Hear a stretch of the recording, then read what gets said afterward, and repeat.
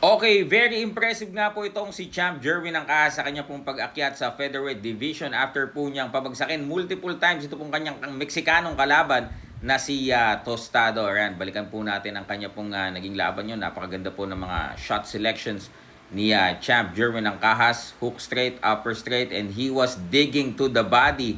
And it reminded me of Shakur Stevenson, no? Yung step back and then uppercut to the body. At ito yung mga finishing touches ni Champ Jerwin Angkahas na nagresulta po sa corner ni Tostado para hindi na po magpatuloy sa laban na ito, no? Quit now and fight another day because he was completely outclassed by former super flyweight champion Champ Jerwin Angkahas. Ito na nga po ang ating pong desisyon. At syempre masaya si Sir Sean Gibbons, and congratulations Champ Jerwin Angkahas. Grabe.